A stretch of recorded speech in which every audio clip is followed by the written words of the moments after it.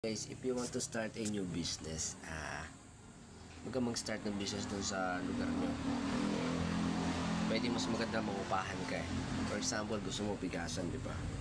Mag-start ka ng, let's say, 50,000 pesos. And then, ang marketing strategy mo dyan is, one of the most, ito mabenta talaga to eh. Kumuha ka ng isa o dalawang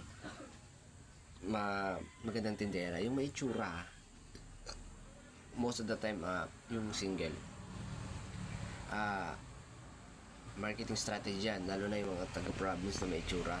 So pag-stayin mo na sa ano mo, kasi yung may, di ba, for example nga sa mall marketing strategy yan, yung pleasing personality. Yung pleasing personality kasi ano yan, for example, malinis ka tignan, maayos, maganda, pogi, yan ang pleasing personality. Isa sa marketing strategy yan. Lalo na yung boss ko dati, yun ang kinukuha, ganun.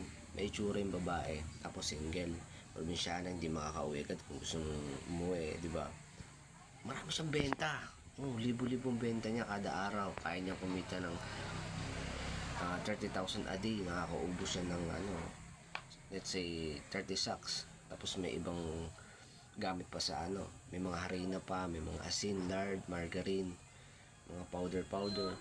Yun, magaling. Marketing strategy talaga. So yun, magandang tindera, mabenta. Nagkalat at pipila dyan yung mga lalaking gusto makita yung tindera mo eh. Kahit sa malapit lang may tindahan bibili, may pigasan doon, may tinda yung sari-sari. So doon siya doon bibili, doon siya yung lalaki, lalo yung lalaki doon yung bibili sa may magandang tindera. Promise, I assure you, effective.